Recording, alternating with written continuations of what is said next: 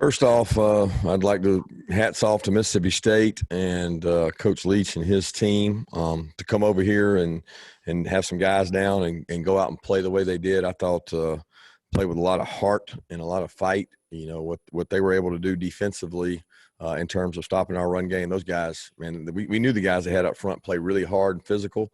They do a tremendous job of making you one-dimensional, and give them a lot of credit for that. And then offensively, they had a quarterback that I thought played outstanding. He's gotten better and better and better. And you watch all the games, and you see him progress, and you see Costello in there, and then you see this young kid. And talking to Coach Leach even after the game, I thought that he played so much better than they had been playing, and gave us some fits.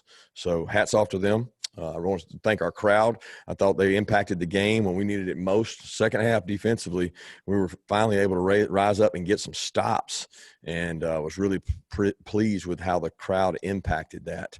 And then obviously offensively, we were so much more explosive tonight. Those are the things that we've got wideouts that can make plays. And when all those guys are healthy and really in there in tune, we got good pass protection. We couldn't run the ball very well, but we got good pass protection. You know, we can be explosive. I've seen those kind of plays in practice and even other times when we've been able to be explosive. And I thought that was the difference in the game, was obviously our explosive plays versus theirs not explosive. All right, let's take the first two questions from Seth Emerson and then Chip Towers. Kirby, obviously we've asked you about JT all year. Seeing him out there today, was it a matter of this was the week where he was the healthiest to go, or watching him play, did you have any regrets about, frankly, not playing him earlier? No, I don't think so. I think the sample size we had on JT early, which we didn't have a large sample size on anybody, but we had he took predominantly more one reps, he and DeJuan, during fall camp. And, you know, his mobility and decision-making wasn't great in that fall camp period. During those 2-3 scrimmages, we gave him a lot of reps. And so we had to start – we had to go direction with somebody. We had to get somebody ready to play, and we felt like the mobility and being able to have a running quarterback, which helps your run game when you have a running quarterback, would help you. And things changed, obviously, in the Arkansas game. So then we moved on to Stetson, and thought Stetson did a really good job through probably halftime of Alabama. And from the Alabama game on during the off week is when we gave the most looks and the most reps to JT, and felt like Stetson was the best answer at the time. And he played, you know, the kid played pretty good against Florida without George Pickens until he took the shot. And when he took the shot on the arm on the 3rd and 8, he threw the touchdown. It kind of all went downhill from there. But I want to say this.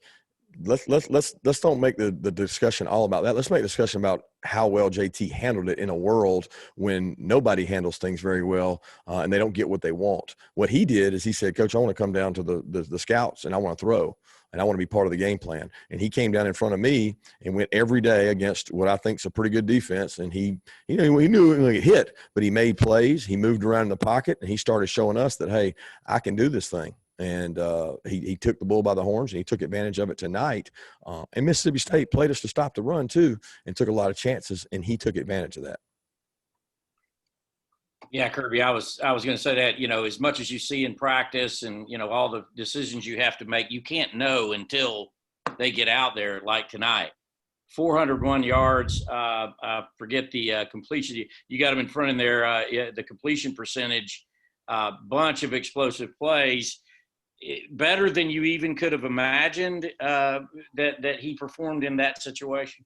I thought we would be able to run the ball better, so I didn't think we'd have to throw it that much, you know, and I thought that we would, you know, I knew we would bend some on defense, but I didn't think we would give up those red area touchdowns. So I'm thinking that, you know, he's going to have to throw it in the game, but, you know, we needed to be able to run the ball. We got to be able to run the ball to help him, and we couldn't run it anywhere the way they were playing us.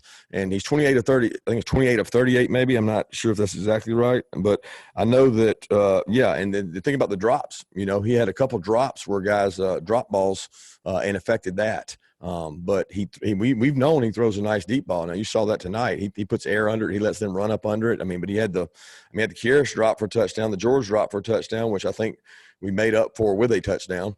But then we had Zamir. He threw one a little high over Zamir's head. But those are 3 completions, and I don't even know the rest of them. So I thought his accuracy was really good, and he even showed some quickness and some mobility in there when we missed some guys. That was probably the toughest part protection-wise. We missed a couple guys that he could have either redirected the protection or done some things. But, our backs tonight, look, they're as disappointed as anybody. We didn't run it a lot. But if you go back and study the tape, Zamir White's blitz pickup and Kenny McIntosh blitz pickup is big time. They both picked up blitzes that allowed JT to stay upright and make those downfield throws. And I'm really proud of those guys for that, because when you're not getting the carries and you're not getting the yards, sometimes it's tough.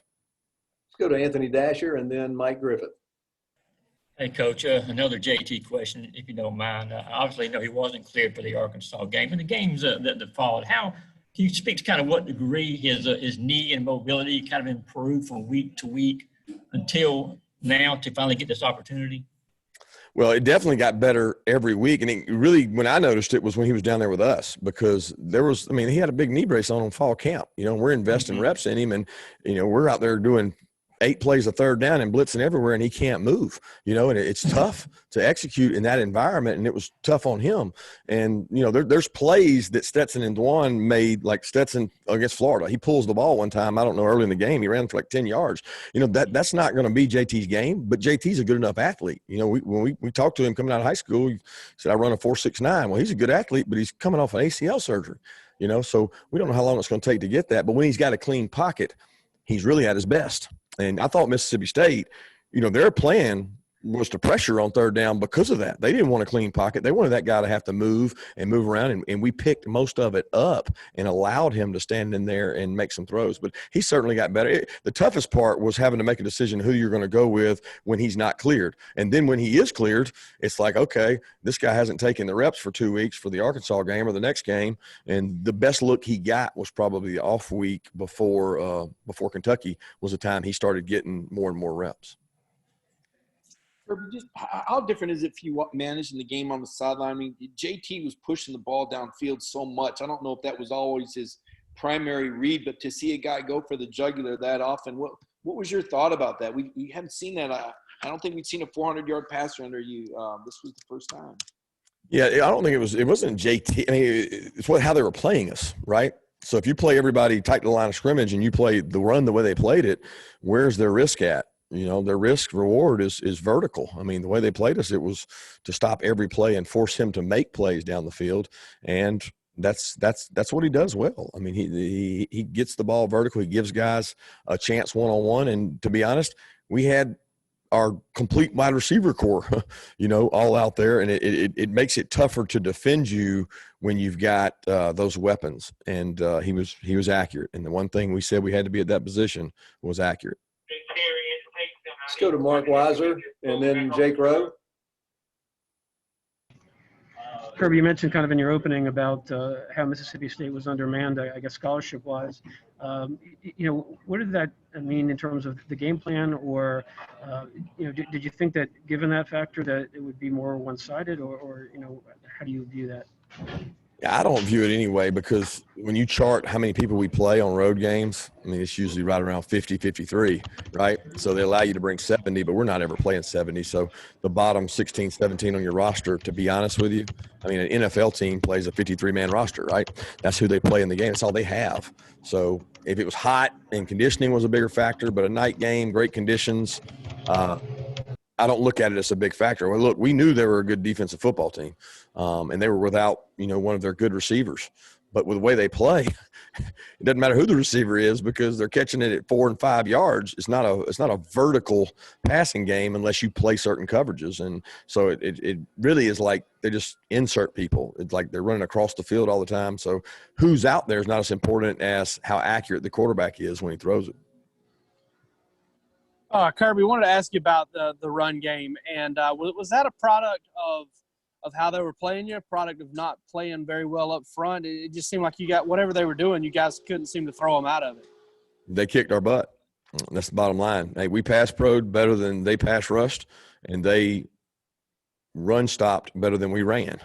You know, I'd reserve judgment until I watch it to see totally what it was, but it wasn't good enough. I mean, I know that. But look, guys, hey, they got a good defense, and I knew that coming into the game. That their defensive coordinator, he does a hell of a job, and they played their tail off. Look, I personally knew, you know, Brule, the linebacker, Errol Thompson. I recruited him. I was like, those two guys are thumpers. What they're going to do well is attack you and be physical. They're really physical on our perimeter. You know, like most of the time you can't run it inside, you run it outside. Well, every time we try to run it outside, we either got a holding call or they called us for a illegal block, and we couldn't get on the edge and we couldn't get inside. So, you know, they're a physical football team. They did a good job, but some of the stuff they played, it was hard to run the ball against. Okay, let's go to Dean Legge and then Paul Newberry. Kirby, two things. First of all, how tough is it to be patient with your defense when you're having to run up and tackle on those short balls? And then secondly, what was the explanation on the grounding call late in the game? Yeah, they said that he was out of the pocket. I think I don't know. I never got an explanation, to be honest with you, so I don't want to comment on any of that. But it's tough being patient because we told ourselves, and every team we talked to said the same thing. You got to be patient. You got to be patient. You got to be patient. You're counting on them a little bit to mess it up. And I told you all week, it's very similar to the Georgia, the triple option. Because if you're in 3rd and 1 or 2, every third down, you're not going to win. You got to get them off schedule. Okay, what's off schedule? A batted ball, incompletion, a sack, a tackle for a loss. And the series we got 2nd 10, we probably won that series. But every series seemed like it was 2nd 3, 2nd 4, 2nd 5. And we didn't play anything different than anybody else that plays them. I mean, it's crazy. You go watch tape. Every team that's played them plays the same stuff. And we probably got as good or better players than the teams that played them good. The difference, they didn't drop balls. They didn't fumble. They didn't throw an interception. Okay, they have a ton of interceptions. Will Rogers played really well and really accurate. And it forced us to be really patient, and our offense played really well and helped us out. Coach, I'll just ask hopefully the easiest question of the night. I know guys have to win their jobs from week to week, but fair to assume that JT is your quarterback now going forward? Yeah, I would say it's fair to assume that based on the way he played tonight, and he'll need to continue to work hard and do the things he's done in order to stay in that position. But he certainly showed poise and confidence and did some good things, not only in the passing game, but in the check game. Let's go to Brandon Sudge, and then we'll go to the red and black, either Austin or Augusta. Hey, Kirby, so in terms of JT having this opportunity, was there a certain point the last 2 weeks where you guys felt comfortable in terms of having him out there? And then in terms of how he handled it, what was his approach over the last couple of days of practice after you told him he would start? Yeah, we had conversations with him the Sunday after the Florida game, and he was very adamant that he was confident in his knee, that he was ready to go, that he could make the throws and make the decision making and do all the things that we weren't getting done in terms of accuracy. And you know, he has extreme confidence in himself, which is what you want in that position. Because if you don't and you doubt yourself, it's really hard. He did a good job, I thought, working the receivers, you know, making them believe too that he was going to get them the ball and make plays and re-energize that group, which is really important. In terms of run game, you know, I mean, outside of the quarterback running the ball, the run game is our run game. So it's not like he has to go win over the backs. He's got to win over the O-line with protection checks and putting us in the right run game stuff. But I thought his approach the last couple of weeks, and every time I talked to him, he was watching tape of the opponent. You know, he had watched a ton of tape on Missouri and was ready for that game. And then, you know, it got postponed. So he ended up getting a lot of work throughout that time and did a good job with it. Hey, Kirby, I'm kind of going back to the defense now. I know Mississippi State's drive started out really long and taking up a lot of time off the clock. And then toward the end of the game, toward the end of the third quarter, you know, it felt like the defense was kind of getting a better rhythm against that offense. So I want to know, what are the adjustments that y'all made and how did you end up executing them to shut them down at the end? really zero. I mean, it's patience. Like I said, we didn't do anything different from one half to the other. A lot of people always think that. If anything, we might have rushed 4 a couple more times. But the success rate on these guys, when you rush 4 and 5, it actually goes down. They get the ball out so quick. Anybody that played man-to-man with them on them, they torched them. What you saw in the LSU game was they really took advantage of teams playing man-to-man. And then we played man a couple snaps. But one of the snaps we played was the big touchdown. And it's like, golly, as soon as you go to it to change it up, bam, they hit you. It's just not worth it. So they got a good quarterback. They got a good system. And they'll be a force to be reckoned with if the quarterback's that accurate and people continue to play them the way that we played them. Let's go to Jeff Schultz and then Allison. Kirby, I'm not discounting anything that you said about JT, and I'm certainly not suggesting that he's going to throw for 400 yards and 4 touchdowns every week.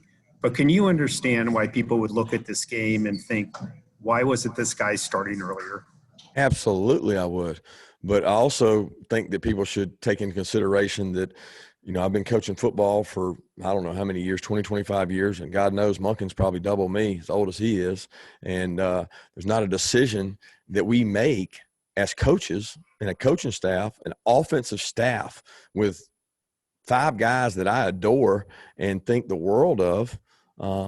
Maybe the question should be, man, aren't they glad they got JT here when nobody thought that maybe we needed him? Would I have loved for him to gone out there and done the same thing against other teams? Absolutely. But the decisions we made based on giving us the best opportunity to win. And a lot of that had to do with mobility and Stetson's play. And as that struggled, we had to look for other options. And he did a great job with his opportunity. He also had some help in the receivers that came back and the way Mississippi State played them. But I don't want to use that to put, to demean how he played. He played unbelievable. I am proud as hell of the way he played. But every decision we make is based on what gives us the best opportunity to win the game. And the men in that room that are making those decisions, they've got a lot of experience doing it.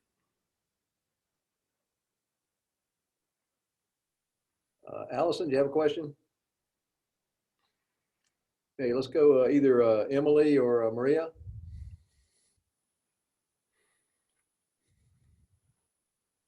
Connor Riley. Yeah, Kirby. That go-ahead touchdown there. A couple plays before, a couple drops by Garrison George. What does it say about your team for your team to come up in that situation?